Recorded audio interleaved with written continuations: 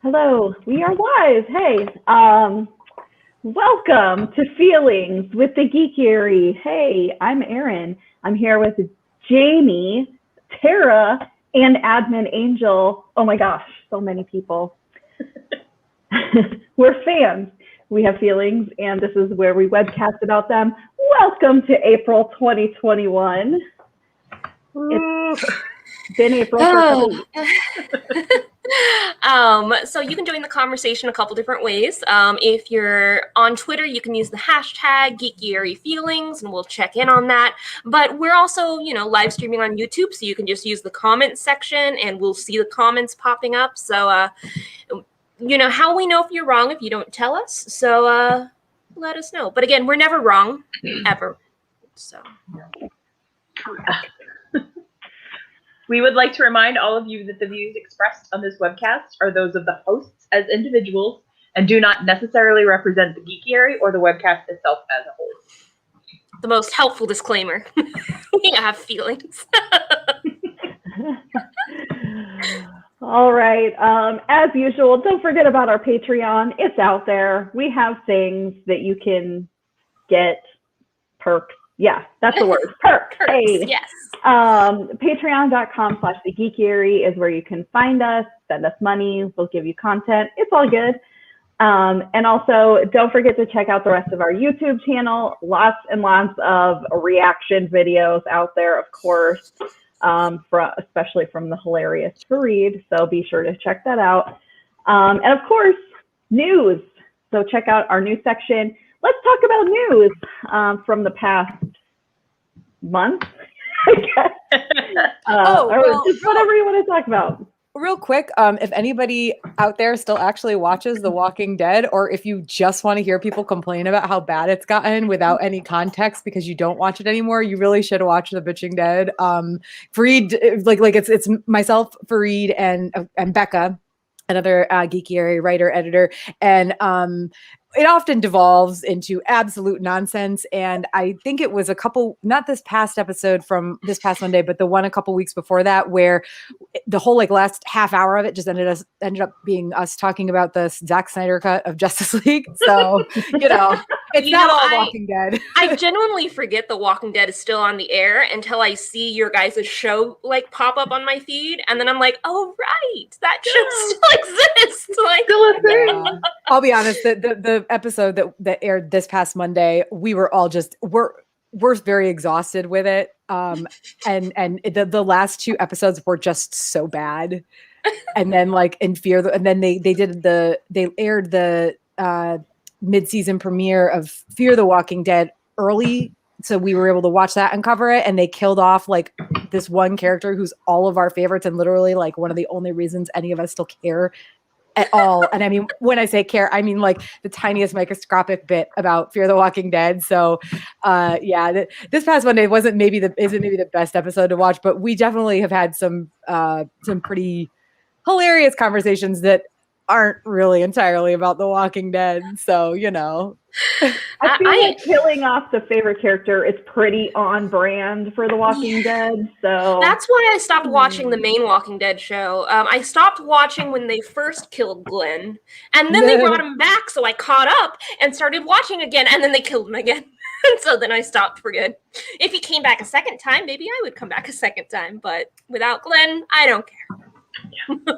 Yeah, you're really not missing anything. Thankfully, there is only one season left after this, and then it's done. Of course, that's, they still got more World Beyond, which is the awful, YA Walking Dead. It's so terrible. It's so, none of us have a single good thing to say about it.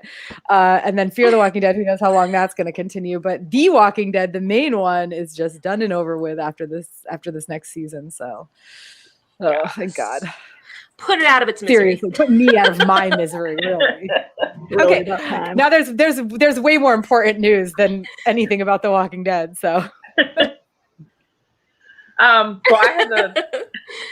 have the first bit because I think the next ones are kind of related. But I posted about this yesterday on the website. But if you ever haven't heard of Humble Bundle, they're an organization and they bundle a bunch of stuff together and it proceeds go to charity.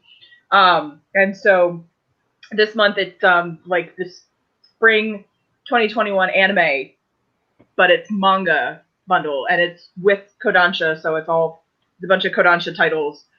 You can get, it's like the maximum, you can donate as little as $1, and you still get like 5 volumes of manga for $1, which is crazy because that's like $50 right there. But the top donation is $30, and you get 80 volumes, which is over $900 of manga. Wow. And the charity that they partnered with is Stop AAPI Hate, which is to help spread awareness and raise awareness. I don't know why I said that, but it's specifically about the increase in anti-Asian and Asian American attacks that have been happening in the United States since the pandemic. So it's for a good cause. You get a lot of manga. If you're a fan of like Seven Deadly Sins or That Time I Got Reincarnated as a Slime, you'll make out like a bandit with this one. So I'm not a fan of either, but hey, whatever. Good cause. Sounds like a pretty good deal. Yeah, It is. Yeah. I stopped buying manga because I couldn't afford it anymore. I'm like, every volume's like $10, and I'm like, that's a lot of money. Yeah. So my news, last time we had an episode, I mentioned that Disneyland would be allowed to open starting on April 1st, but I didn't think they were actually going to make it. And surprise, I was correct. They're opening on April 30th, and that news dropped like 3 or 4 days after our last episode. So it was like, I couldn't remember if I had actually mentioned it or not, but I didn't. And not only that, but the Avengers campus in California Adventure, which is, the other park across the little walkway, is opening on June 4th, which it was supposed to open summer of 2020, but, Rona happened, so that didn't happen. The park's going to be opening. A lot of the same information that I had last time is true. 15% capacity, California residents only. You have to do a reservation system, et cetera, et cetera. No idea how long that'll last, but considering like vaccinations are opening up for everybody, hopefully, midsummer or something, we'll start getting back to normal. So we'll see. I'm hearing it's going to be at least 3, but very possibly, maybe not very likely, but very possibly 6 months. And that's like the state of California. That's, they can't stop people from coming here generally, but they can stop people from trying to come here to visit a theme park. Yeah. That makes sense. I mean, I feel like I keep overestimating and being too positive about when things will get back to normal, but suddenly things are speeding up. And so I might be too pessimistic now. Like, I'm like, maybe next fall, but now like suddenly April 19th, everyone's allowed to get vaccinated. It's like, maybe I'm just pessimistic. I don't know. As someone who's planning a little like wedding weekend getaway thing in December, I was like, am I being too optimistic here? But I think it'll be okay in December. I'm planning a trip for the 4th of July weekend, so I'm really hoping that things are getting back to normal. Like, I've already put deposits down on things. I feel like things are happening really fast now. Like, I had complained for weeks and stuff about not being able to get vaccinated in Florida. I finally got my first shot this past week, and we won't go into the nightmare that is Florida logistics. However, in general, things seem to be happening really fast now because the vaccines are happening a lot faster. And so, I don't know what that means. I'm hopeful that things will start getting a little bit more back to normal. But what kind of normal will that be? I don't know. So I will say, just to put this in here, if anybody's in a state where they're having trouble finding where like vaccines should be open, and they're having trouble finding them, one of my friends shared this website, vaccinespotter.org, with me. And that's how I got my appointment. Basically they shared that website. the day when I was complaining on Facebook about not being able to find any appointments open, like, and it was like the sites weren't working at all. Not that they didn't necessarily have the appointments, but nothing was working. And it basically turned out that everybody had like updated their websites, but I think the links were wrong that the state had.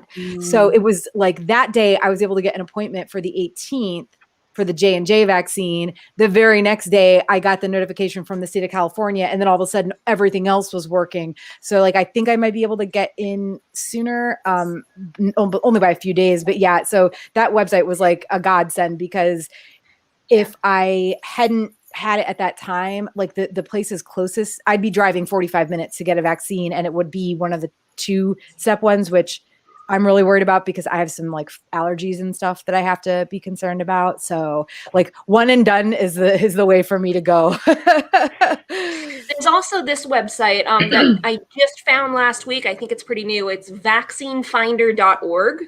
I don't know if it's a government website, but it's very thorough. And it's what I used to find where my vaccines were going to be. And now I have literally all the vaccine stuff open in different tabs, and I'm logged into CVS. I'm logged into Walgreens. I have the Queens Medical Center, which is our local big hospital. I've got them all up because on Monday I will be allowed to sign up finally. So like at midnight on Sunday, I'm going to be like making sure I'm logged into everything and refreshing. Well, and it doesn't always happen right at midnight. I tried that too. And so just temper your expectations a little bit and you should be good. It's going to be an anxious Sunday night. Yeah, I'm going to be like... Well, and also, like one of my friends told me that like Walgreens, their stuff does usually go live at midnight. But so for me, that's 9 p.m. because they're on East Coast time. They're an East Coast company. And then Kroger / Ralph / whatever Kroger version of Kroger you guys might have. I know Aaron and Jamie are all set, but if you have a Kroger type supermarket there, Stephanie, you just have to look and see what their brand name might be. They would be 7 a.m. my time. So like minus whatever it is, 5 hours, 6 hours for you. So 4 hours. You're in California, right? Yeah. You're in California. Is it only 3 hours? 3 hours. Okay. 3 hours right now, and then 2 hours when the time changes. So, yeah. So anyway, that's good to know. Yeah, it's different for different, brands and everything. So yeah, I mean, like if you check Walgreens religiously starting at whatever midnight Eastern is your time, I think it's minus 6 hours, then you might be able to find something. I'll do that. I can't guarantee anything. It could just be broken like everything was around here for me for most of the day Thursday, but who knows? I'm aiming for 4th of July. I have this trip to the Big Island plan. I'm gonna do the whole volcano thing. I am counting on getting vaccinated and everything. So I feel very good for your odds on that particular trip. Like I think that Hawaii for Hawaii residents should be like, you should be good. So, I mean, the fact that I'm hopeful for you. You guys are still requiring a 2-week quarantine for out-of-state people, right? Unless you have a negative test within 72 hours of arrival. Okay. If you have a negative test, you can bypass the quarantine. But I think that's stupid anyway, because you can get it on the plane. But, it's something at least. But they might be changing inter-island and doing the vaccine passports for inter-island stuff, which don't get me started on like people's bad takes about vaccine passports. I can rant about that. Yeah. But yeah, so we'll see. And one of the things I want to say about the Disneyland reopening, like the theme parks reopening, is that what I'm hearing is that it is actually like it's going to be like a couple step verification process. Like, first of all, if you're from an IP address that's not a California IP address, you won't be able to buy. You possibly, I don't know for sure, but this is what I'm hearing from like government sources. You possibly won't be able to buy a ticket or make a reservation at all. Now, people can have VPNs and get by that. Yeah. So, but that's kind of step one. And let's be real, most of the people who are probably going to try that don't know about VPNs, but maybe that's just me being prejudice. But so they're also, when you actually get there and have to like go to will call to get your ticket or whatever, or get to the gate and show it for them to scan, they're going to be checking for like either a California ID or another picture ID, like it could be a passport or whatever, but you have to have a utility bill from a California address. Like, so obviously like That's gas, I guess, gas, electricity, water, or I think probably cable internet counts as well. Like something that, cause like you can have a bank statement sent anywhere. Like you could have a bank statement sent to a friend here. You know what I mean? And that's, so yeah, I don't know that they're going to be that strict, but that's how they are when you want to buy a California, like, a California resident like pass for cheaper. So that's what I'm hearing. They're just going to keep that in for everybody for, the in-state thing. Yeah. See, things have changed so much. The last time I did the California discount thing when I lived in California, that was before you could buy things like that online. We're talking like 2004, 2005. Like Disneyland, you couldn't buy the tickets online yet at that point. So you just went to the little booth, showed your ID, and got the California discount, and that was it. So I am way out of date on how that works or you now. could just come to Florida and go to Disney World and do whatever the hell you want, basically. So. Yeah, but yeah, I know. I will say though that another Disney, piece of news I have. Oh, sorry, go ahead. No, I was just going to say Disney World again has pretty much continued to be okay, I guess. I have gone to a couple of on-property restaurants within like the last couple of weeks, and they are still social distancing all of the tables, which is not true for most Florida restaurants anymore. It's not and still here. Yeah, and still like requiring the temperature checks and face masks at all times to get into the restaurants and stuff. So, I mean, it's not great, but people are here. It's spring break and there's more than people here. There was that incident last week. I spent $15,000. I shouldn't have to do a temperature check. And then like people Googled him, and he has like this really sketchy history of doing other really sketchy stuff. Oh yeah, the guy that was collecting I'm glad money. Disney like for insurance premiums and then not paying for insurance and just pocketing the money. Yeah. So I wonder where that $15,000 came from for his Disney trip. Right. Do you know how easy the temperature checks are at Disney? Like you literally stepped up and they're not even close to you, and they just put it and they're like, okay, you're good, bye. Oh, those forehead ones are. The fact that that's the only incident like this that I've heard, though, gives me a little confidence in Walt Disney World, because you're not hearing about these stories like every other day. This is like the only major one that's like hit news. Yeah. So that's good. Well, I mean, Disney World is, I'm sure they and their employees are handling it as best they can. You know what I mean? Like, that doesn't mean that they're not. I have a lot of friends that work there. That doesn't mean that they're not seeing a lot of shit on a daily basis. But it's rare that somebody, it's mostly just people like, swearing at them and then just being jerks. Like, it's not, at this level where they literally have to like arrest somebody. Yeah. Yeah. And it wasn't even a park. It was Disney Springs. Like, oh yeah. Well, and I was also wondering, like, so he refused a temperature check, which they do it in the parking structures at Disney Springs. So like he would have gotten his temperature check there, but he refused, I guess. And they didn't catch up with him until he got to the boathouse, which is not exactly right next to, I mean, it's close, but it's not real close to the parking structure. I'm like, how did he get through?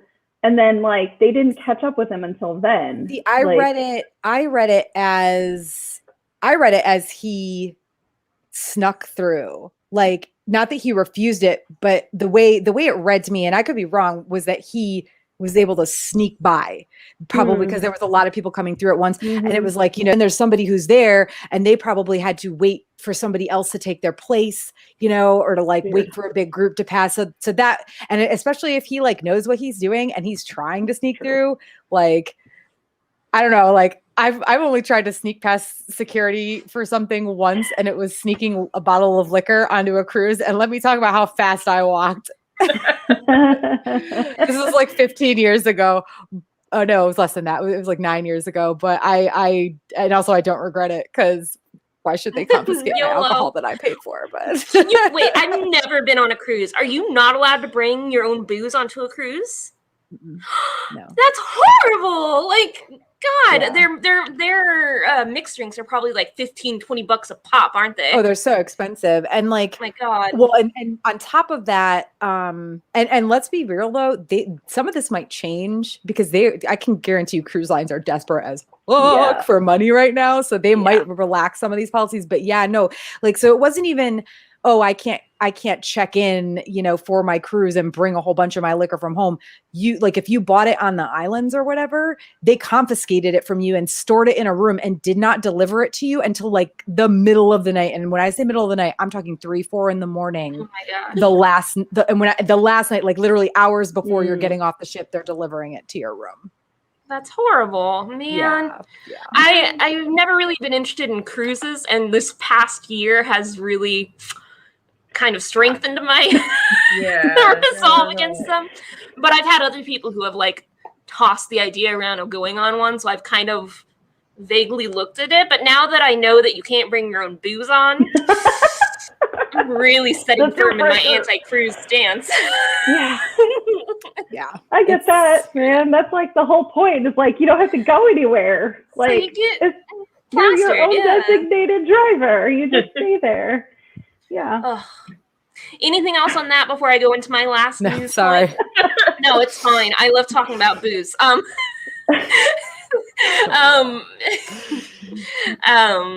Last bit of news, Black Widow got pushed back again, but this time it's to a date that I think they're going to stick to.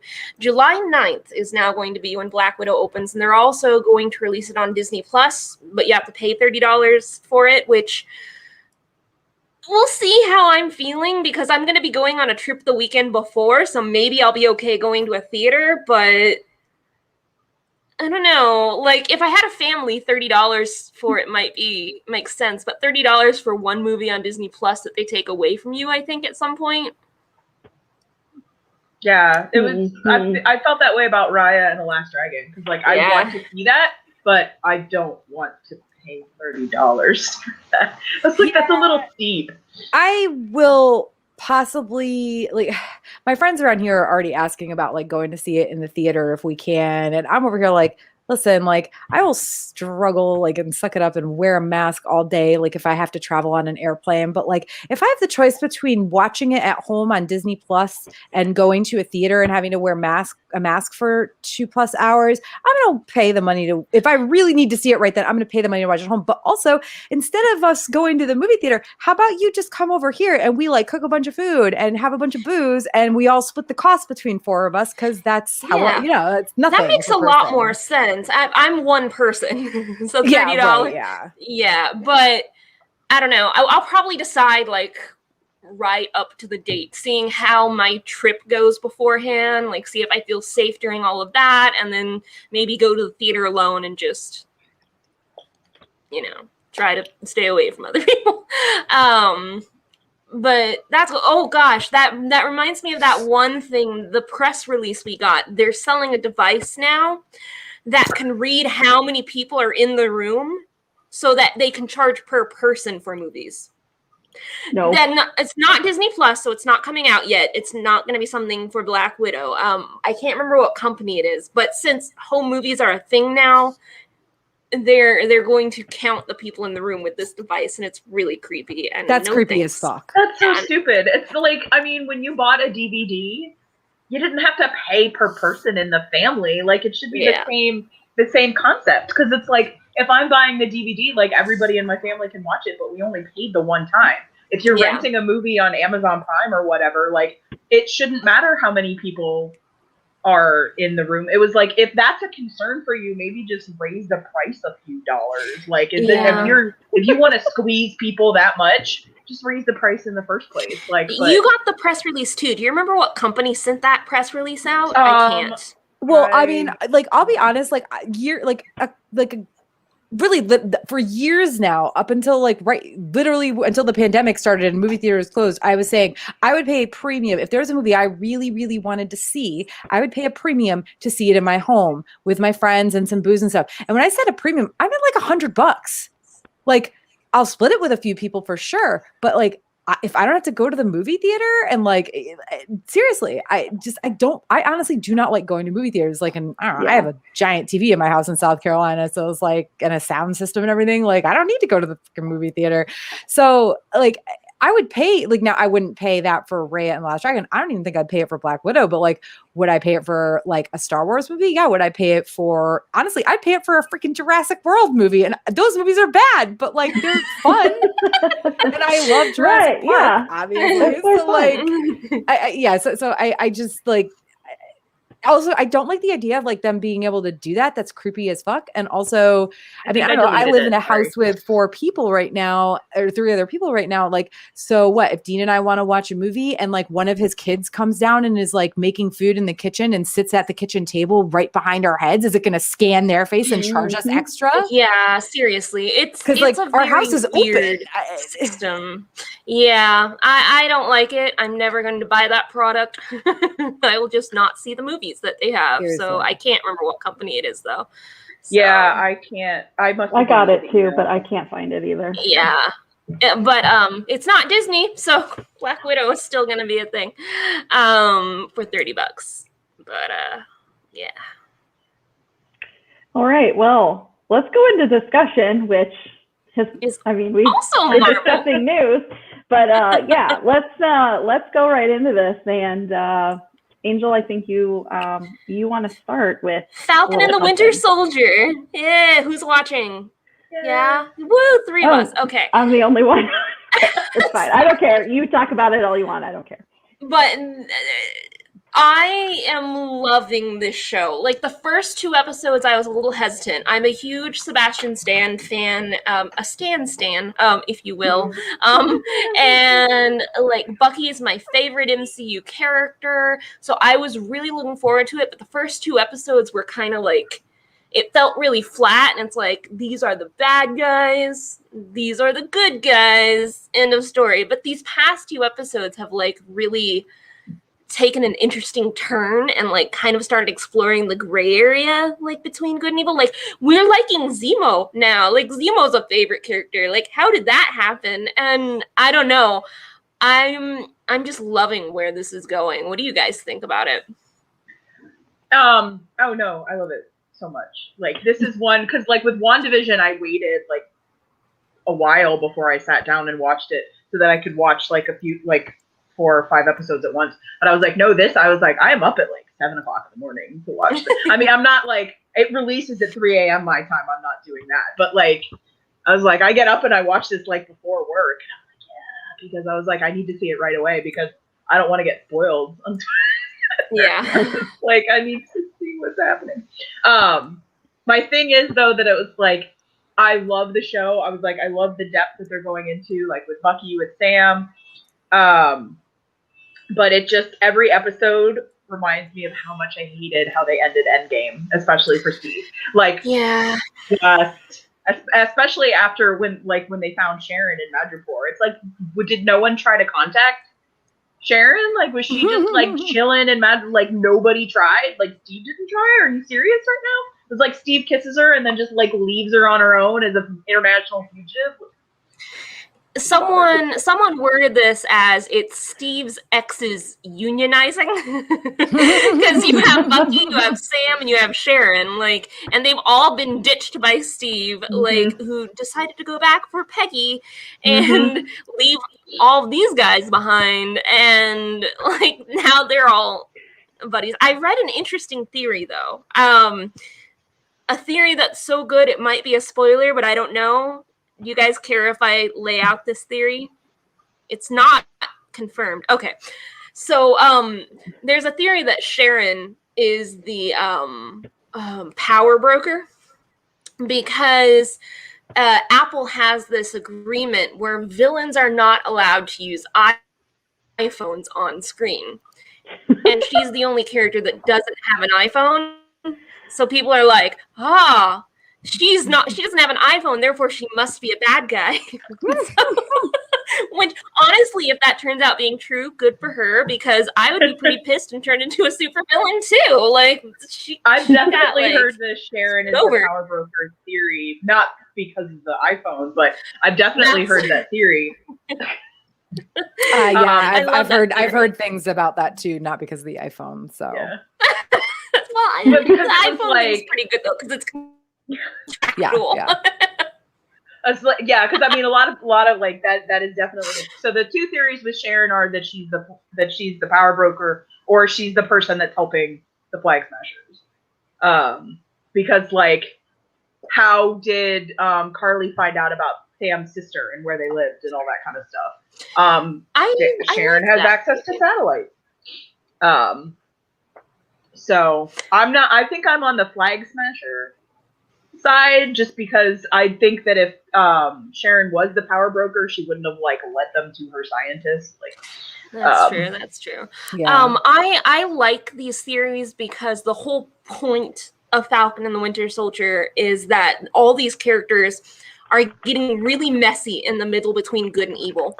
There is not a clear evil person and not a clear good person in this whole show.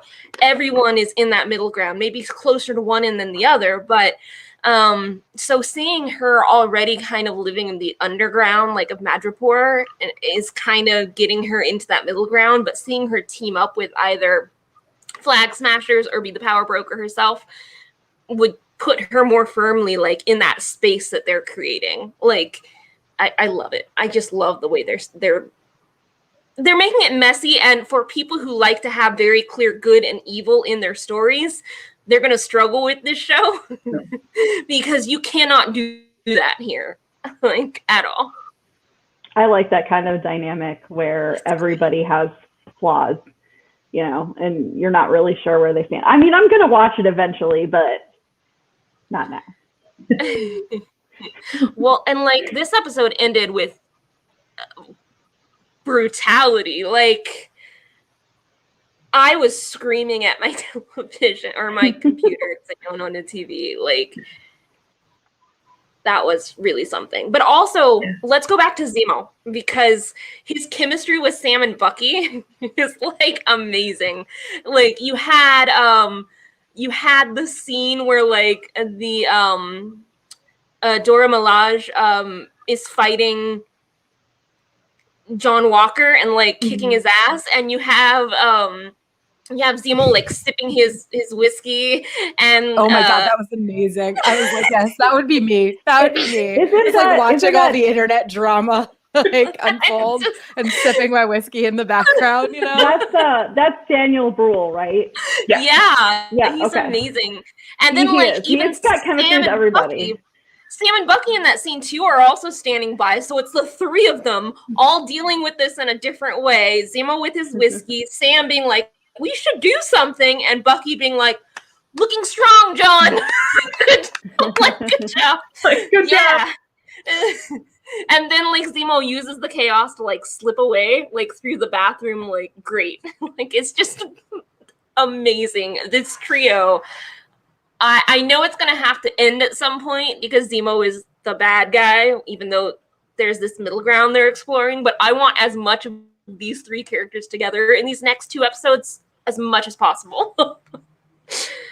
I've been shockingly, I was like, I'm really enjoying Zemo. I don't like really agree with much of what he says, but like, you know, they're doing a really good job. And like you said, the chemistry is like really there between not just the characters, but it has to be there between the actors for it to be there between the characters too. So yeah, it's been really surprising. Like, I'm like in my head already like, do I want to do like a Femme Zemo cosplay like I did a Femme Grandmaster? I think I probably do. Like that coat would be so cool. That coat is like, great. And then I'm also thinking like, how could I mash this up with like, cause you know, he's you know, they straight up said he's like the Baron. So like they're if they're like going that route with the comics, like I don't want to say too much, but you know. I love Zemo in this episode because he was like, he was with the Turkish Delight, which is like White Witch Narnia vibes. That he's Yes. like, Oh my God. corrupting the children. And he's like, everybody loves Turkish Delight, and I'm over here like, no. Turkish Delight is so good. No thanks. I I've know. never had one, so I have no opinion. But But I also love that he referred to the little girl as his associate. I was like, I'm just gonna start doing that with kids now. Like, this is my associate. Honestly, I think that that Dean's youngest would absolutely love that because he's very much like, I think I'm evil, and he's like this cute little kid, you know. He's like a very tiny 14. He's a 14, but he's a very tiny 14-year-old, and he's like, yeah, he would love it if I just started referring to him as my associate. It's better than step kid. Jamie, you should just refer to Merlin as your associate. Well, she's been my coworker. I like posting those pictures in quarantine where it was like, my coworker is asleep on the job. Mm-hmm. Now she's your associate, is asleep on the job. My associate. Mm-hmm. That is what's up. Cute. Speaking of Zemo, so last episode, or the third episode, not this one, but the week before, there was like a brief 2-second clip of like Zemo dancing, and like the internet just went insane for it, and they actually asked the actor about it, and he's like, oh yeah, there's a lot more footage like of me dancing, like so much more. And so then people started the hashtag release the Zemo cut. And they did. It's like 22 seconds or 24 seconds long or something, but it's like a longer cut of just him dancing, and they looped it for a full hour, and Marvel officially released an hour-long YouTube video of Zemo dancing. Like, Marvel did that. Like, it's freaking amazing. I saw somebody on Twitter saying that it was either Anthony Mackie or Sebastian Stan that said that there's a lot of bloopers from the joint therapy scene. And so they were like, release those, Marvel. Like, you've given us the Zemo cut, now give us the bloopers. That would be amazing. Oh my gosh. If it's the Zemo cut, then what would that be? The therapy cut? What is do they have a ship name? They have to have a ship name, right? I think it's Winter Falcon. Okay. But like, I like the name mashups better, but that would be Bam or Sucky or Fucky. Yeah. So, like, their names don't mash well, so you gotta go with Winter Falcon. I think I've seen some of my friends, they either use Winter Falcon or they just use Sam Bucky like that. So Fucky. I mean, like, Winter Falcon, like, the thing about Winter Falcon is it's not a bad, like, name, but it sounds more like a superhero name, not a ship name. You know what I mean? Like, well, Storm Pilot is Finn and Poe. Truth. That would be a badass superhero name. There was so much controversy about the Storm Pilot ship name. I don't want to get into, like, that stupid discourse, but I like that ship name. I think it's great. But I was the person that like refused to use ship names for like a really long time, unless it was already a word that existed. And then I just gave up. I'm like, whatever. There's some I still don't use just because otherwise I was like, I just don't want. I've never used Merthyr. I don't like Merthyr. But Merlin and Arthur, that's just terrible. Just not a great. The one that I hate. The ship name I hate is Spurk, because Spock and Kirk was already KS. It's how the slash came to be. Like, slash is called slash because K/S. So why would you make it Spurk? I'm sorry, I'm very opinionated. I mean, I get it's just I'll play devil's advocate. It's just that single syllable, man. But yeah, no, that doesn't make any damn sense. The history of slash. Sorry. We could Respect your elders. We could do a webcast on that. Yeah. Fandom history. I could totally do that. I actually like. I really enjoyed WandaVision, like, from the start. Like, of course, it felt super weird and everything the first couple episodes, the first 2 episodes especially. But like, I still was like, no. There's something here. I'm enjoying this, and like, I feel like we're gonna get so like, I knew we were gonna get more. There were like little tidbits that I feel like a lot of like casual viewers wouldn't have picked out. And I'm not saying that any of you are casual viewers. I just mean like a lot of the people I saw complaining about it were people who we're watching it because they're like, they just want it to be fun Marvel content and not because they're like Dean and I watching it like 3 times in a weekend, like trying to pick out the little bits and pieces. But yeah, so for this one, I was like, this isn't really like my cup of tea, like in terms of, is it just going to be sort of like a buddy, like what is it, like a heist thing? Like what is going on here? But so I didn't super love the first episode, but like the second episode was a lot better. And by the third, I was like, all right, yeah, I'm good. And some of that may also be like, personally, I really hate looking at John Walker. Like I hate looking at his face because he looks like my horrible ex. Like as soon as I saw him, I was like, oh God, I know exactly who's going to cosplay this guy. Like, so I kind of want him to end up being absolutely horrible so that I can be like, ha!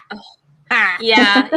You know, I was kind of the same way with this. WandaVision and Falcon and Winter Soldier are 2 completely different things. I mean, obviously they're different things, but I mean, they're trying to accomplish different things. Yeah. WandaVision was basically like experimental cinema. And like, if you know what experimental cinema is, it's basically experimenting with format and ways to tell the story, and it doesn't necessarily have to follow the traditional way a movie or a show is made. And it was an experiment, like, and that fed into how she explored her grief, and it was amazing. Falcon and Winter Soldier is more traditionally told, and I thought that it was going to be a lot flatter based on those first 2 episodes, but it started to actually like dig into the meat of the story they're trying to tell now, which is still being told in a traditional format. You know, it's not experimental like WandaVision was, but there is meat to it now, and it's just, they're 2 different things accomplishing 2 different goals, so it's really hard to compare. I also think like some of it, for me at least, is that I've never really felt attached to either one of these characters. Like, not that I hated them or anything, but like, I've just like Captain America Winter Soldier is not even in my top like 5 Marvel movies. Blasphemy. I know. You see, for me, it's the opposite. I wasn't really attached to Wanda or Vision. Like, I wasn't either. I loved Elizabeth Olsen. I thought she was one of the few good things of Ultron, and I have my original view from Ultron to back that up. Like, in the original view of Ultron, I'm like, I hate this movie, but Elizabeth Olsen is great. And so, like, but for some reason, that one just hooked me, like, in a different way. I just think because they decided to go full on weird with it and didn't care about sticking to a formula and didn't care about sticking to the established rules of not only cinema but comic book stories. They're just like, we're gonna get freaky with this. Well, I mean, as those of us, for those of us who loved, you know, TV shows like Helix, you know, I love that sort of odd, you know. I heard the next Doctor Strange movie is gonna also be that kind of weirdness. So I'm really excited. Like, I hope it's something, because I really the first Doctor Strange movie did not hit any chords with me. It's probably, I mean, it's not like Iron Man 3 bad. There was a lot of problems with it. I appreciated, here's what I liked about the first Doctor Strange movie. I appreciated what it brought to the MCU overall. I appreciate that it brought a level of magic and the ability to explore weird things. But as a movie on its own, I also didn't really enjoy it. But now that it is there, the MCU can get really freaky. So for that, I appreciate it.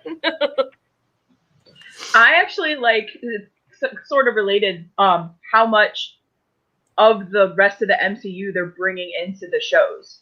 Because like with WandaVision, you had Jimmy Woo and you had Darcy and Monica Rambeau. So that's Ant-Man, Thor, and Captain Marvel right there. And then with Falcon and the Winter Soldier bringing in Wakanda, like, which I do love. You know, I was not expecting that, and I was like, oh, sweet. You know, the thing about bringing all those things into WandaVision is they brought the best part of each of those films. Like, I didn't like the first 2 Thor films, but Darcy was clearly the best part of them. And I hated Ultron, but Wanda was the best part of it.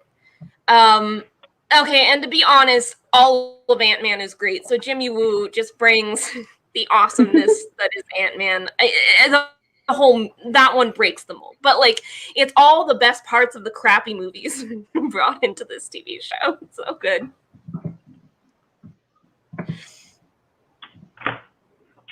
All right. Well, shall we move on? I don't know. Yeah, I mean, I don't could have talk about anything to MCU add to for this hours, particular so. conversation. So hey.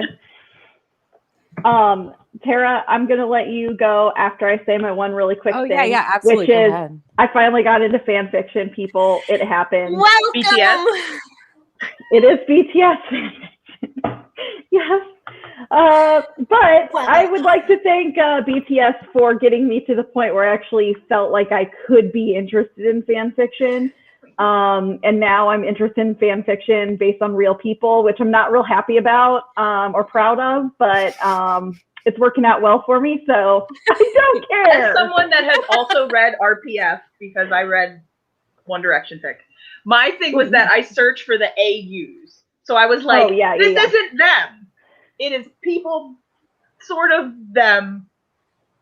So it's okay. There is actually a really good One Direction fic that is based on Captain America the Winter Soldier that is like amazing. It's not them. Well, I okay, tried RPF and it was a little weird for me, but I don't judge. I am. Yeah, I don't really you read do it you so much anymore, but I would specifically go after the AUs because I was like, it's not really them, it's an alternate version of them. Blah, well, blah, blah. Funny you should bring that up because I really didn't plan on talking about BTS much, but here we are. So we hijacked the conversation with MCU. It's time for you to get your revenge with BTS. I'll get like my 2 minutes in. Okay. So we talked I don't know, within the last couple months about BTS having an alternate universe, the BTS universe. And so they actually had a new music video come out this past, I don't know, week or 10 days ago that is part of a new Japanese album, a compilation album. And oh my God, it is back to the alternate universe. And all the times that Jin has to save all of the other guys at BTS. And so yeah, it's definitely down the rabbit hole. What does this mean? Why are the rooms mirror image? Why is Jin in a room and everything's blowing up again? Why?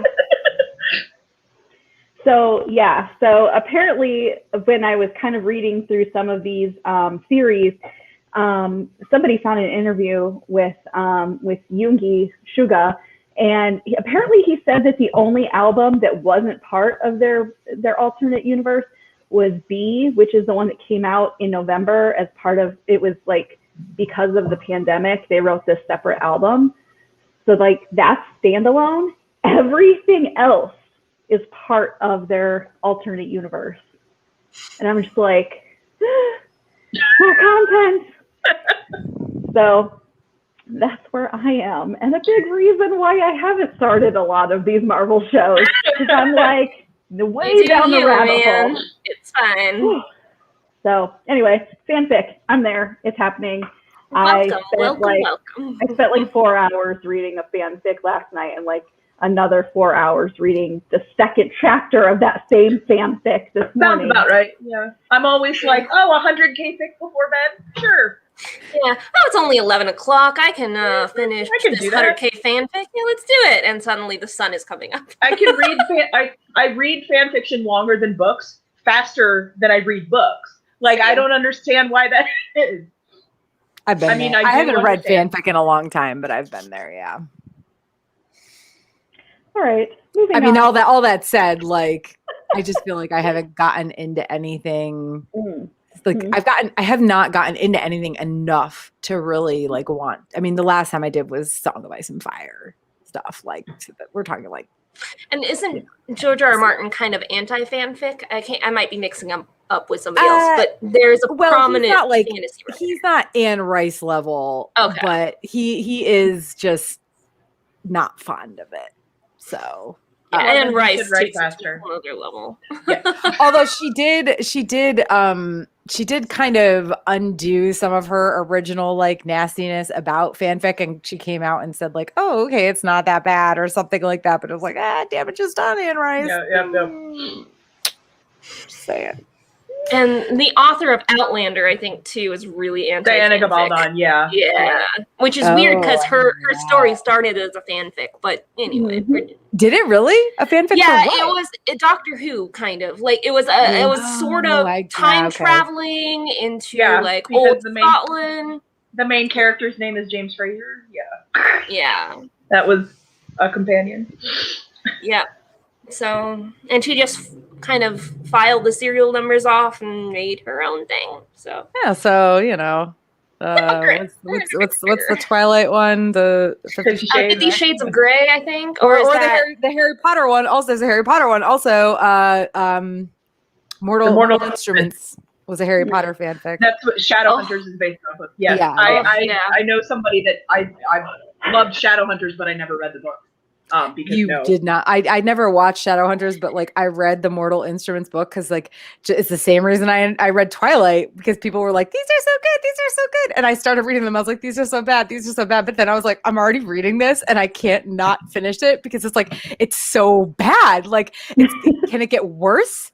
Like, I didn't really think it could get better, but like I wanted to see like how deep down the rabbit hole she would go. Oh, it was so bad. It was real bad. Yeah. And especially knowing where it originally, like the fanfic that it was originally like written as, it's like makes it even worse. So, yeah.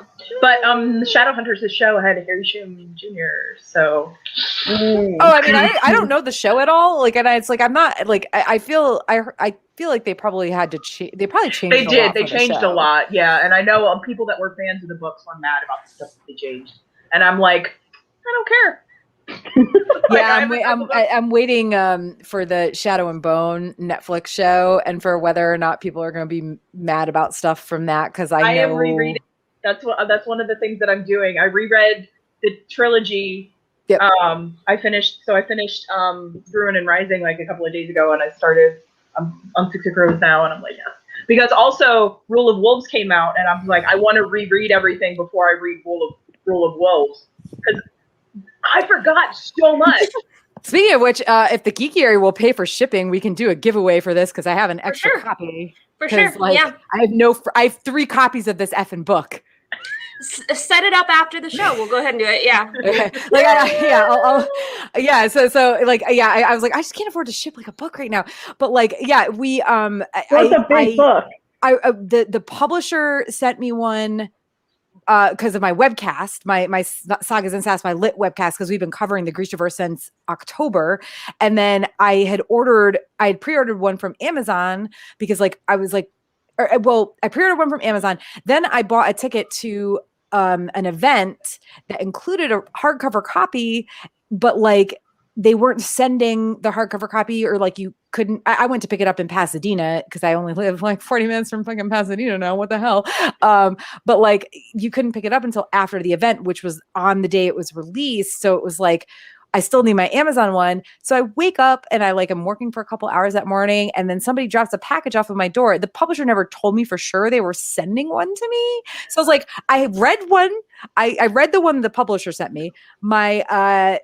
Then I had the Amazon one that I was including in a giveaway with like for my webcast. And then I'm like, what the fuck am I going to do with this third copy of this book? So yeah, here we go. Fun. Yeah. Rule of Wolves giveaway. But yeah, Jamie, I've been rereading all of them and covering them in this webcast since like October. So like, I mean, we reread the original trilogy. Then we did the Six of Crows duology. Then we also did Language of Thorns and Lives of the Saints. So yeah, it's been a wild ride, especially since I was the only person on the webcast who had read every single book before. So yeah, it's been fun. The series is very good, and I actually I've seen a lot of commentary, including a Reddit post from yesterday or today from somebody who read the series, who got to see the show early, and they're basically saying it is different from the books, but like they're pretty sure that book readers they're not going to be like mad about the changes. And I mean, that's kind of like The Expanse is a really good example of that. Like Mhm.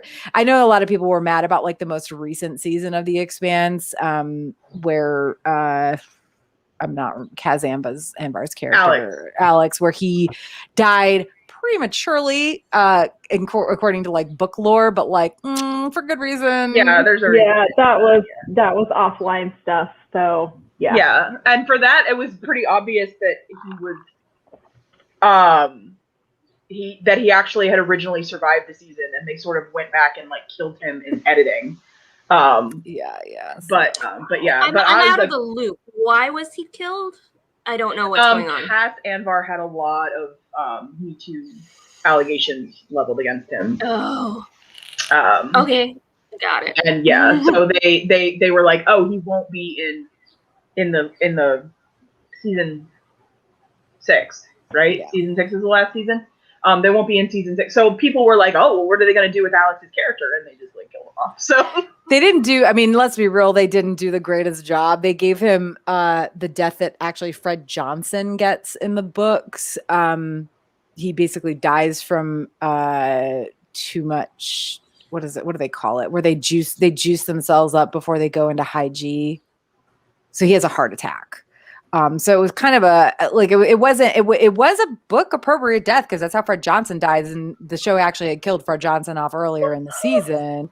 But I'm sorry, Erin, have you not watched this? No, sorry. I was looking at something that somebody else was typing out later in the document that kind of made me excited. Oh, okay. Sorry. Anyway. Sorry. All right. Well, I'm distracted. That's okay. I've gone off on this tangent, but whatever. The Expanse is a really good version, like a really good example of a TV show that did things differently, but did them very well compared to the books. Like, to be honest, the show is a lot more concise than the books are. For one, but like Shadow and Bone is it's going to be different no matter what, because they're integrating the Six of Crows characters in, but they're doing their prequel stories essentially. So the stories that you actually get throughout the Six of Crows duology, I think you're going to get some of that in the first season of Shadow and Bone. Yeah, that's what I was expecting. Like, but yeah, it's just looking at like the production values and everything. It's just I can't see how it won't be good. Like, they'd have to just really screw up. I'm so well, and knowing how involved Lee was with it too, it's like I don't think she would have done anything that would have gone against. Yeah. At least the I don't know, like the essence of the book. I guess what I mean, because I was like, obviously stuff is going to change. Well, and I something think is adapted.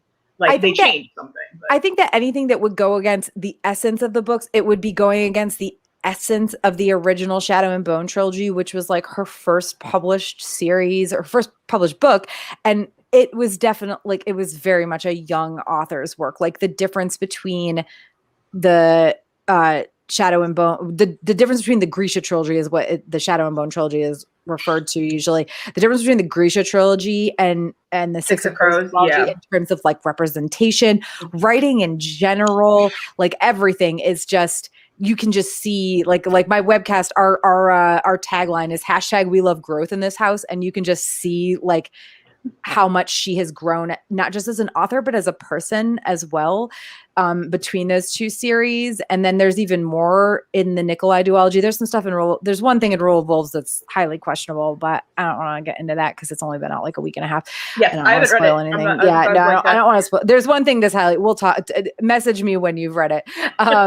But yeah, so it's still all very good. And she's definitely grown as a writer and everything. And knowing how involved she was and how involved she was in the changes and the interviews with her and the producers and everything specifically say they knew ahead of time what they wanted to change to make these more inclusive and everything. It's just, everything about this has been so positive. And like, I can't imagine that it's going to be bad. So like, fingers crossed. I have the day off that it comes out. It was originally for a different reason.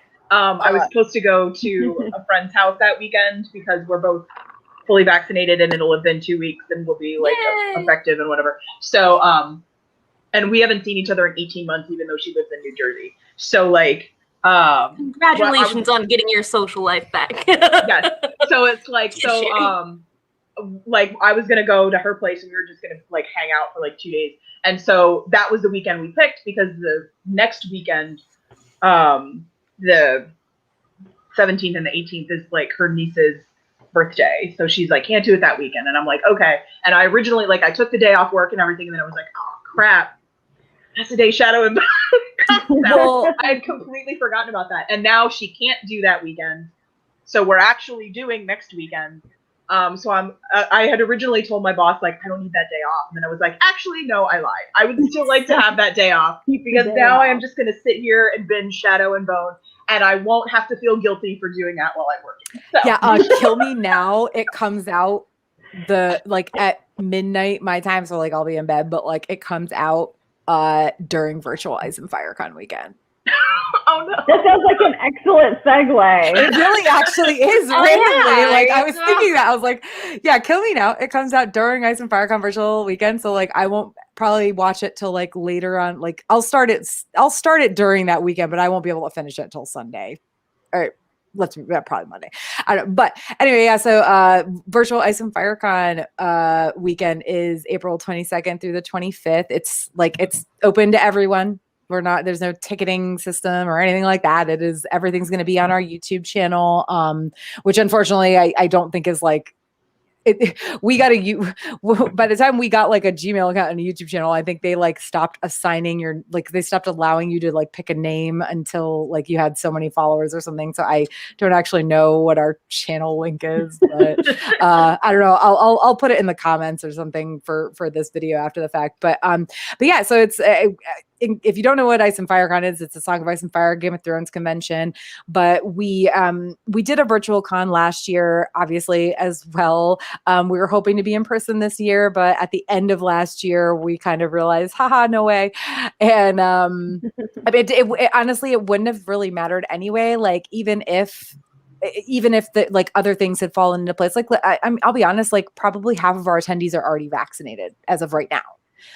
But unfortunately, as far as I know, the state of Ohio still hasn't lifted their gathering bans for certain gathering sizes, like unless it's a wedding or something. So yeah, we're going all virtual, but we did kind of a shortened thing last year. I mean, and obviously we're not going to have the number of panels that we'd have if we were in person, but last year we were only able to kind of throw together maybe like 6 or 7 things for the weekend, but this year we have 12 events going on. So we start Thursday evening at 8 p.m. Eastern with like a small council like kickoff thing where we're just going to be talking about fun stuff, like what to look forward to for the weekend and kind of reminiscing about last year and past Ice and Fire cons and whatnot. And then we've got a couple pre-recorded panels. One is it's going to be a cooking thing with some of our attendees that are, I think one of them's like an actual chef and the other 2 just enjoy cooking.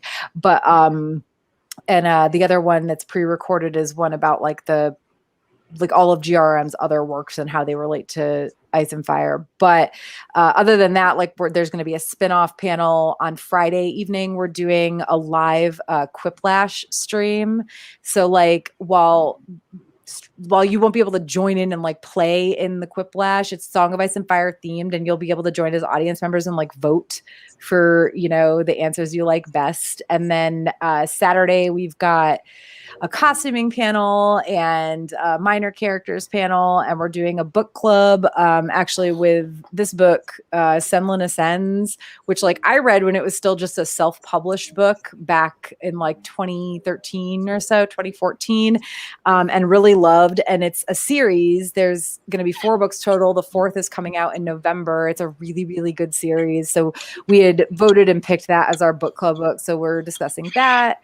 And then speaking of fanfic, we're also we put out an ATB for people to email us, and they can email us for rules and prompts. So we send you the rules and we give you a set of prompts, and you write a bad, like the worst fanfic you can possibly write. Song of Ice and Fire, Game of Thrones, whatever. And then myself and a handful of other volunteers. Now they are going to be read beforehand to make sure they're like, not they're going to be read by me. I'm going to be the person reading them. Let's be real. So I'm going to read them to make sure they pass the rules, which is, you know, like the usual, like no racism, no ableism, no sexual assault, all that stuff. Which we've never had a problem. We do this panel at Ice and FireCon, but usually the people who write them read them. So this time it's going to be, like I said, other than me checking them out beforehand, it's going to be everybody else is blind reading these fanfics. And, you know, so we're expecting some pretty fun, you know, acting and stuff.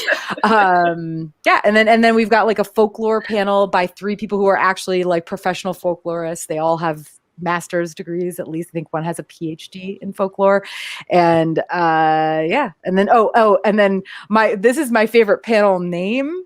It's called Stonks in Westeros and Beyond. And it's going to be it's going to be discussion about like trade and like imports, exports in like Song of Ice and Fire, but they're going to try to relate the whole Reddit, GameStop, Wall Street like debacle to it. So I'm pretty excited. Like we've got a couple people that I think are just they're very ASWAF like lore knowledgeable, and then we've got a couple people who are actually really knowledgeable about what went on with like the stuff on Reddit. So I'm really I just love the panel name, and I have like nothing to do with it at all, but I'm excited about it. So yeah, so like it's and like last year we did a lot of unofficial like late night hangouts on Zoom and stuff, so that stuff will continue as well. And it's all it's like invite only, but invite only if like you basically just have to be like friends with me or in the Ice and FireCon group on Facebook. So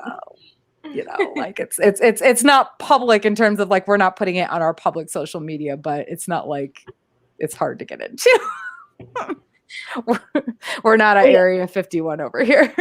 Definitely go back and add in the link to your channel and everything. It sounds like a good time. Well, I mean, and you'll be able to find all the information, like if you follow us on Facebook or Twitter at Ice and FireCon. Like we've already posted the schedule, and you know we'll be posting. But yeah, like the actual stream links are going to be built and available, you know, beforehand. But I mean, the easiest way to get the reminders is unfortunately going to be subscribing to us on YouTube. And I say unfortunately because it's not like, I don't know, maybe not unfortunately, we don't put out so much content that you'd be bugged by us all year round. It's like, here's some stuff now. And then like we usually do a couple things in the fall for funsies. That's about it.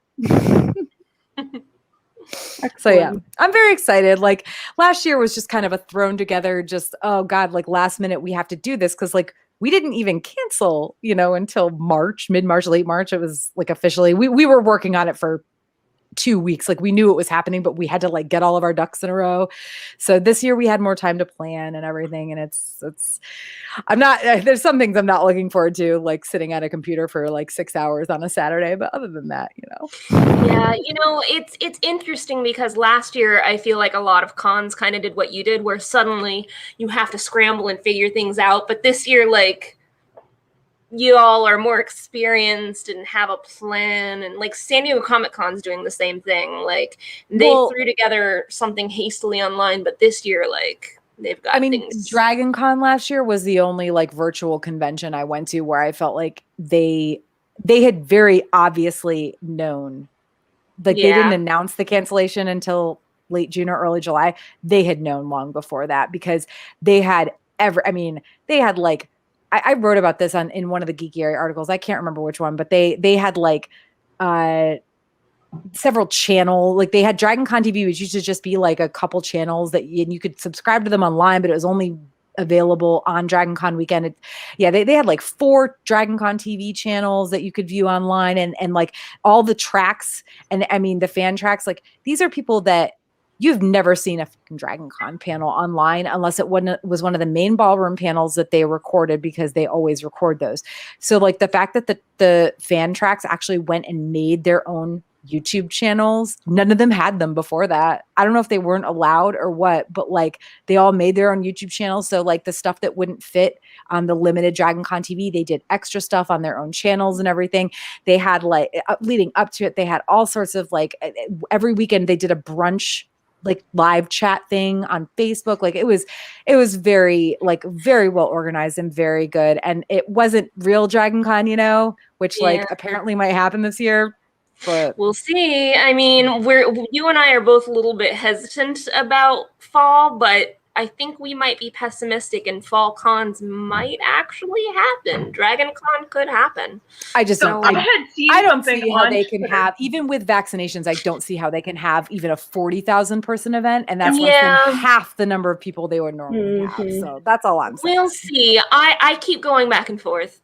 Right now, I'm a little more positive than I was like an hour ago. So in an hour from now, I'll be like, no, it can't happen. You know. So I had seen something on Twitter about New York Comic Con having an in-person event, like for sure, but I haven't seen anything about that on like New York Comic Con's social media. And I mean, I'm subscribed to their Is that fall as October. well? Okay, October, so that's also yeah. fall. But the thing they were gonna have, but the thing is, I saw this on April Fool's Day, so I was like, April Fool's Day, the one day a year people actually like critically think about the news that they see on online. April Fool's Day is trash. So anyway, that's my hot but take. yeah, because Thank I you. saw that because it was like an addendum to how San Diego Comic Con was having something.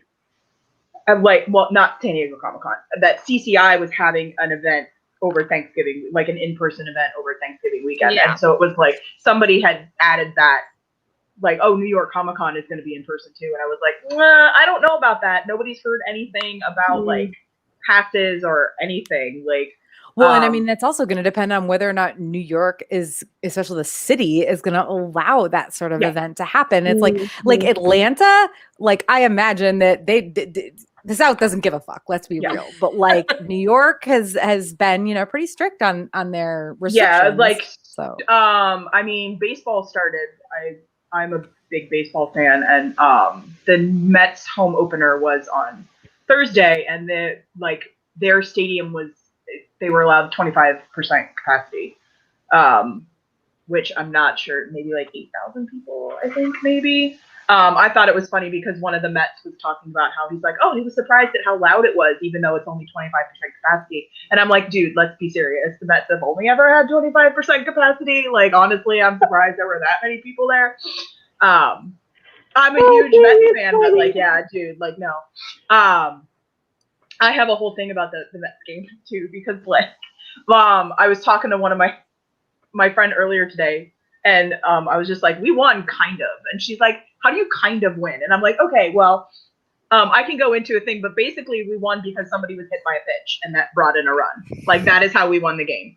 And then in the when you see the slow motion replay, it looks like he purposely moved in to get hit by the pitch, which is obviously not a thing that you're allowed to do in baseball, but it also has to be called immediately or you can't overturn it. So like, since nobody called that he did that on purpose, it counted, and that is how we won the game. But yeah, side story. But yeah, especially because I was like, the Javits, which is our convention center, is currently being used as a vaccination site. Oh, yeah. And I mean, I'm sure it will depend on how many vaccinations we go through, but like, I don't think New York Comic Con would have to basically be planning now.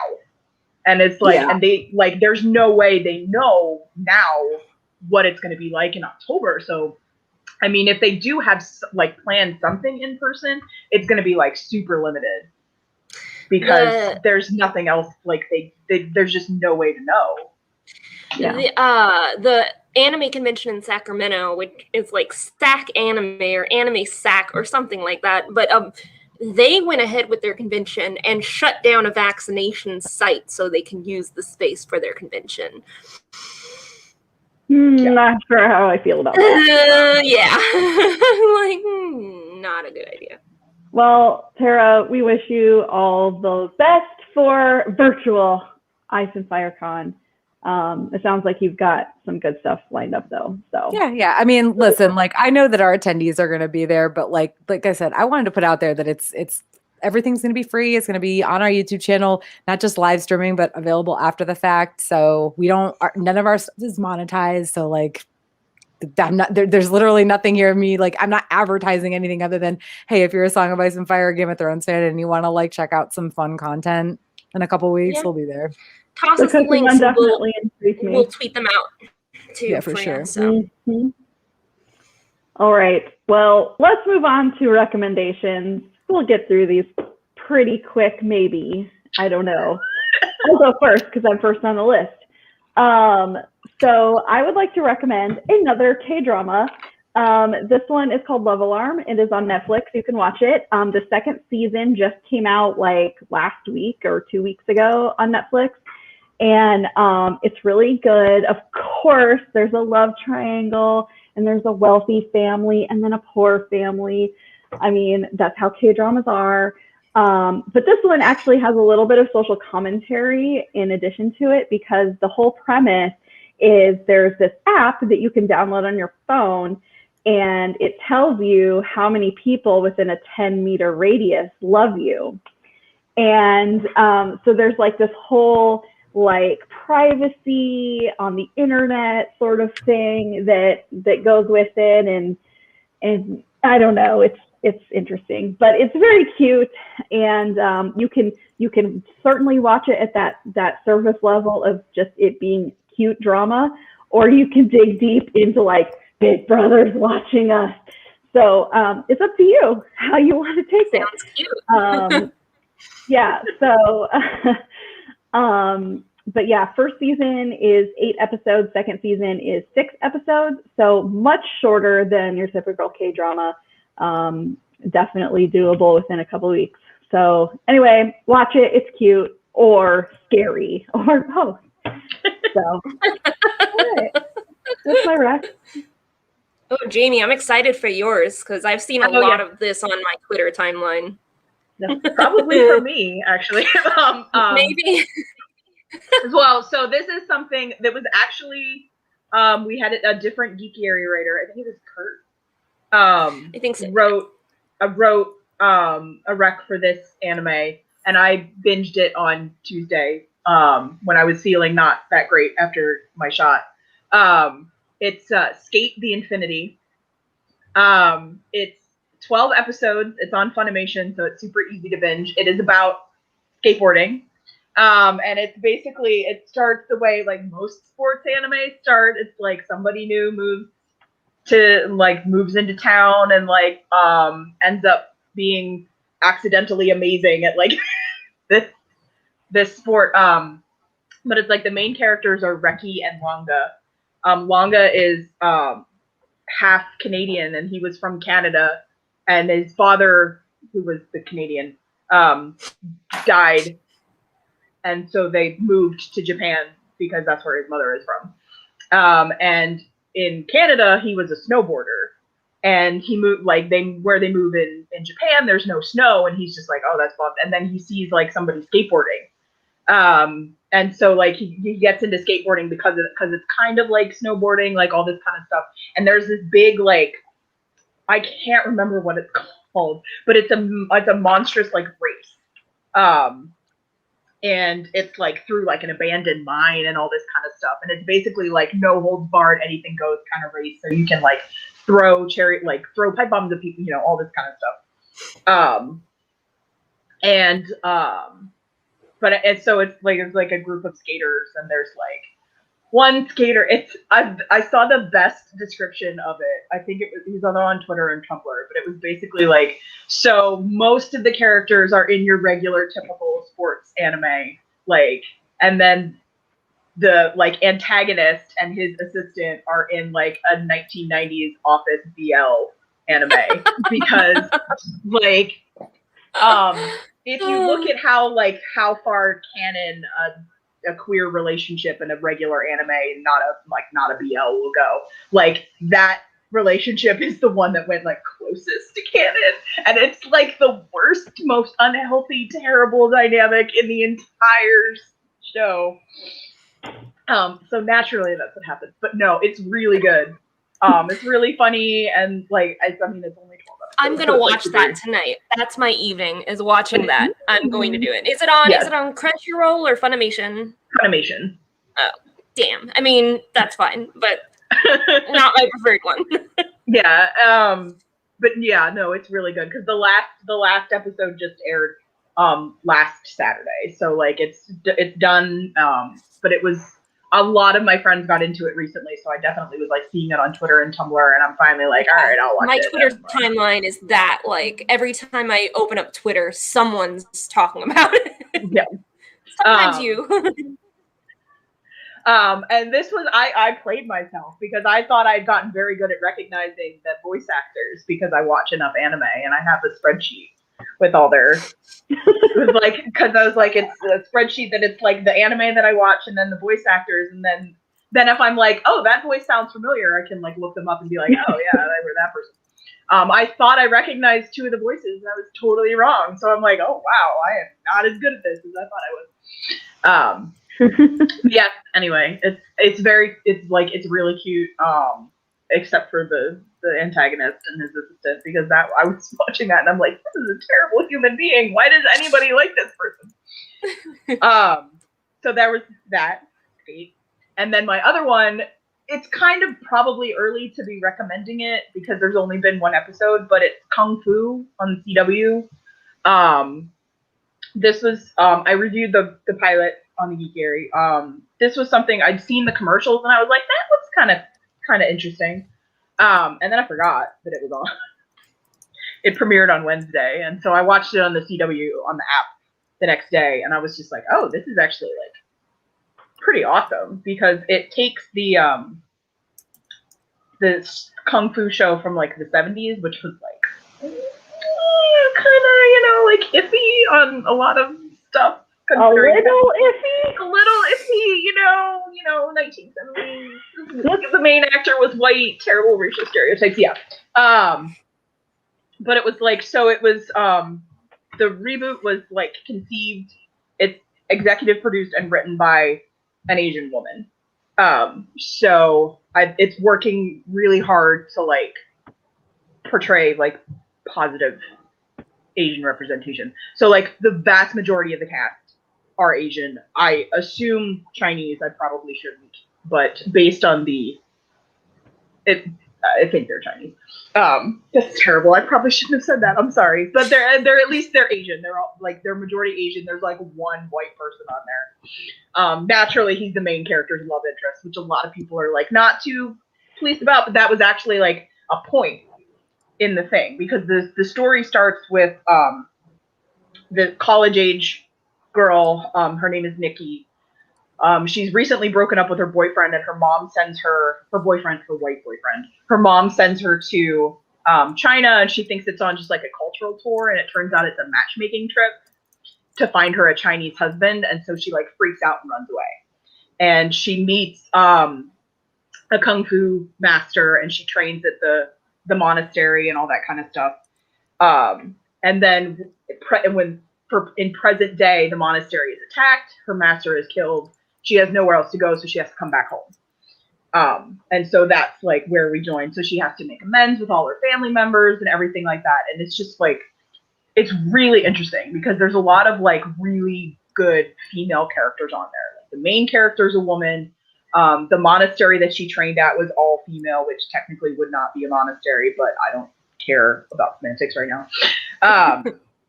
She has, she has a mom and a sister, and the sister is like, the first time you see her, you think one thing about her, and then you find out she's like a computer genius, and I'm like, that is awesome. Yes, please hack into all the banks ever. This is great. She has her brother is gay, and the family's like in denial about that. So you have that aspect going on it too. And then there's two separate mysteries. There's the whole thing about the monastery being attacked and her master being killed. And it was a woman that attacked. So you have that too, like the main antagonist is a woman. Stole a magic sword. So like the mystery, like one of the mysteries is going to be like who this woman is and what the deal with the sword is and everything. And then the other one is her family borrowed money from basically the Chinese mafia. And so it's going to be like that too, like the mafia aspect. Okay, sorry. But yeah, so it's like, it's really good. There's a lot of interesting character relationship dynamics on it. It's only been one episode, so it might end up sucking, but so far I'm optimistic. So you can usually tell pretty right away on some of this stuff. So, Angel. Me? Okay, so I'm going back to an old favorite. I'm going back to Lost. Now here's the thing with Lost. I watched it when it originally came out, but when they killed off my favorite character, I stopped watching, which was Charlie. Mhm. And I'm almost to that now. I'm to the end of season 3, which is I think where he eats it about. So I feel like it's going to be in the next episode or 2 where he actually dies, because like I'm starting to like. There's a whole thing with Desmond seeing his death and everything, so I feel like we're almost there, which means that I'm about to enter the point where I have no idea what's going to happen. But also it's really interesting because this is my first time rewatching it since I moved to Oahu. And like I am recognizing so many things. Like this island has been Korea, this island has been California, it has been Australia so many times. Sydney Airport is about a block behind me, behind this wall here.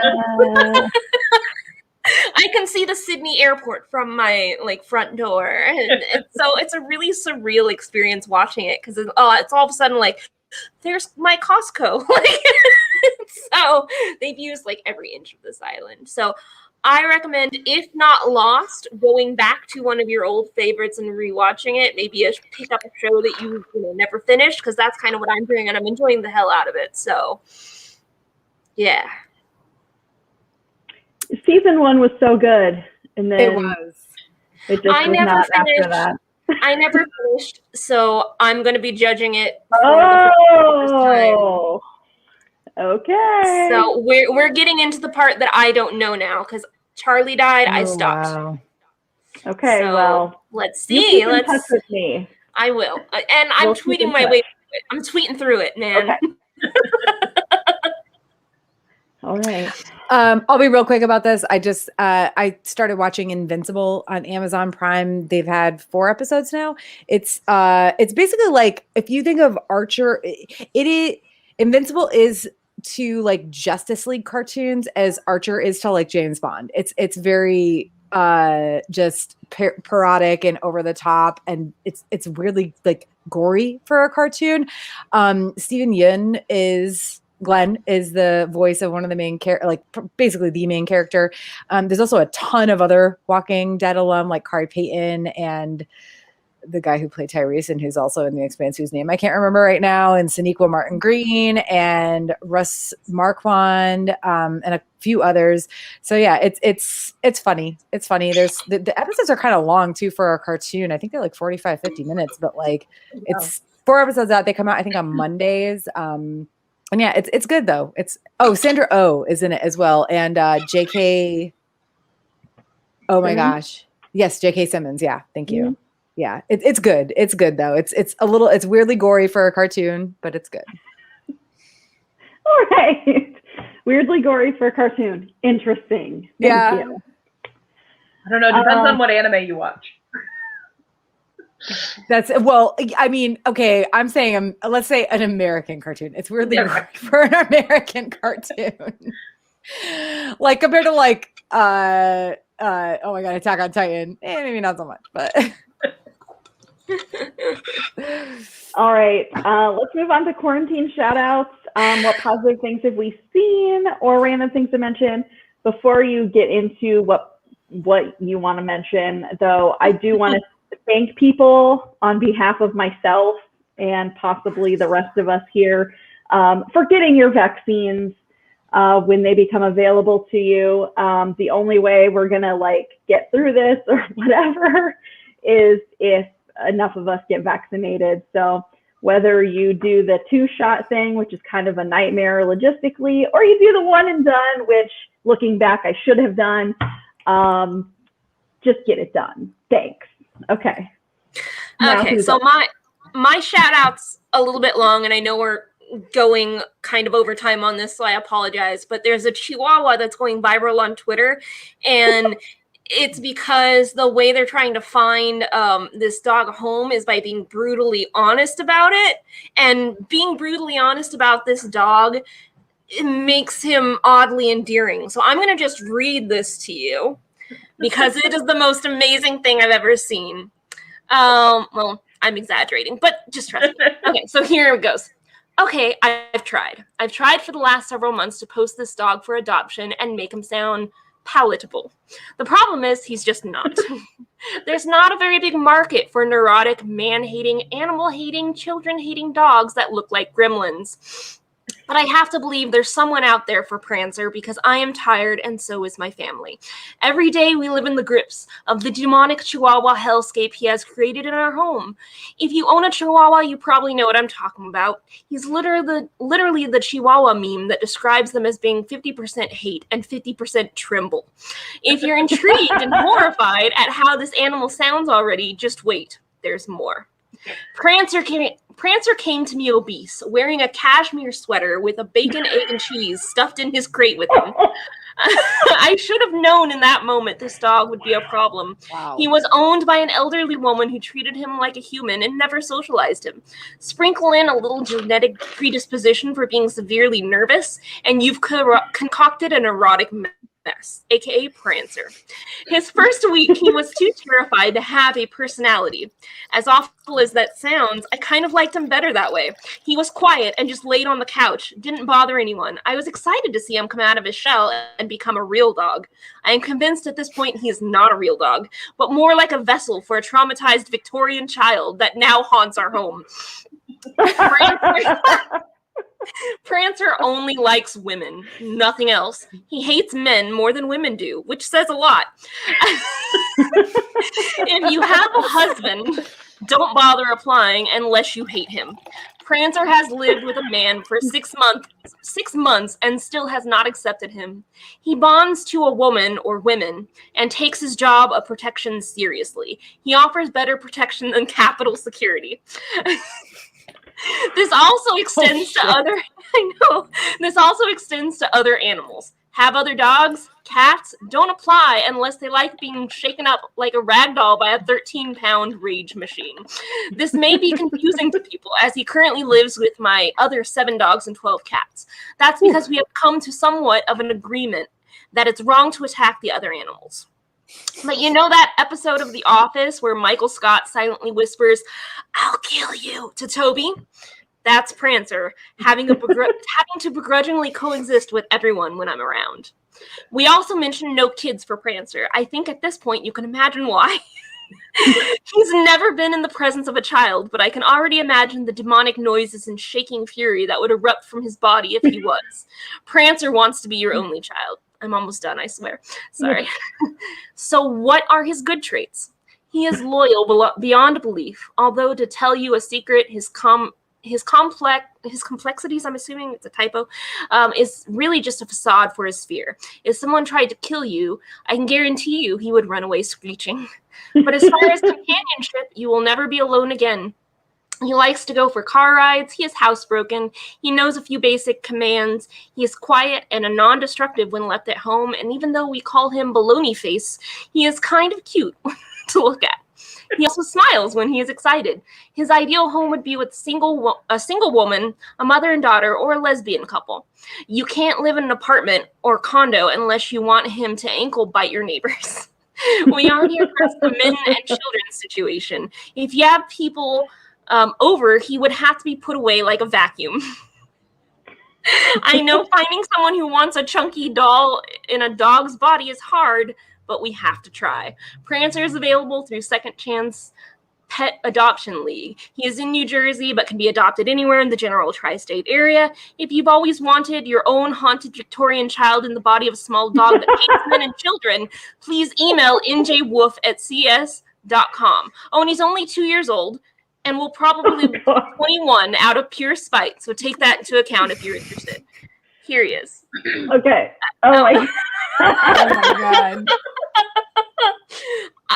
Please help Prancer find a home. Oh, Prancer. That is just so, like, as someone who, Yeah, that is just as someone who's like, I had to write up a description for a dog once, and it was Sokka, who I ended up keeping. But I was, as a volunteer, I had to write up a description because I wasn't sure at first if I was going to give him that permanent home. And I was way too nice, and we got so many applicants, and I was like, no, you don't, you people don't understand what you're getting. I learned my lesson hardcore. So like, I respect this person's just pure unadulterated honesty about how bad this dog is. Like, because also I like my dog Ellie, like when they adopted her out to me, they were like, these are her quirks and it'll be fine. It was not fine. P.S. I love her. She's amazing, but like none of it was fine. They were not clear about a lot of things, and they were wrong about a lot of things. And like, I am a very stubborn person who also will never give a dog a home and then give it up. But like most people aren't like that. So especially when you talk about like small dogs, like, oh, a small dog for adoption. Everybody wants that. So yeah. The honesty is he's going viral though on Twitter, and he's gonna find a home. Oh, he will absolutely love this post. I got like 20,000 retweets already. It's madness. So Prancer. Good luck, Prancer. We believe in you. All right, Angel, you're up again. So let's do this.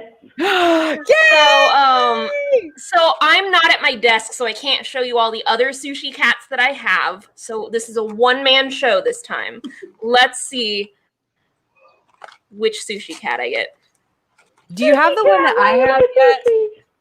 I have the little Scottish fold with a boat with a tie on its neck. I don't think I have that one. Let's find out. Oh, this is a duplicate. This is the same one I got last week. The one with a garland. Maybe I'll give it away. Maybe I'll do a little giveaway too of this sushi cat. Second garland cat. Is it is it a Hawaiian garland? Like a, or what kind of garland? It's like a silver garland with little like. Oh, so it's Christmas. Yeah. They're like, it's April. Let's get rid of our Christmas stock. Basically, yeah. Ta-da! Have you gotten a duplicate before? Because you have a lot of them. That's the first duplicate I've gotten. That's like my 10th one. That is impressive. Because normally with those, they probably. You know what? If you want, I will trade you the one I have that you don't have for the duplicate. Let's do it. Thank you. Mine might be a little bit. He might be a little bit beat up though, because he is living on my house key right now. I'll have to check. I'll send you pictures. All right. All right. Well, we have been here forever, so we'll just end here. Maybe. I don't know. Anybody else have any last thoughts? Otherwise, we'll end it. I don't know. Good. Okay. Cool. So I don't know when we're going to be back. I don't know what we're going to be doing. It doesn't matter. I'm Erin. I'm here along with Jamie, Tara, Admin Angel. Thank you again for joining us for Feelings with the Geekiary April edition. Yay. Remember, we are a free webcast run off of donations from viewers like you.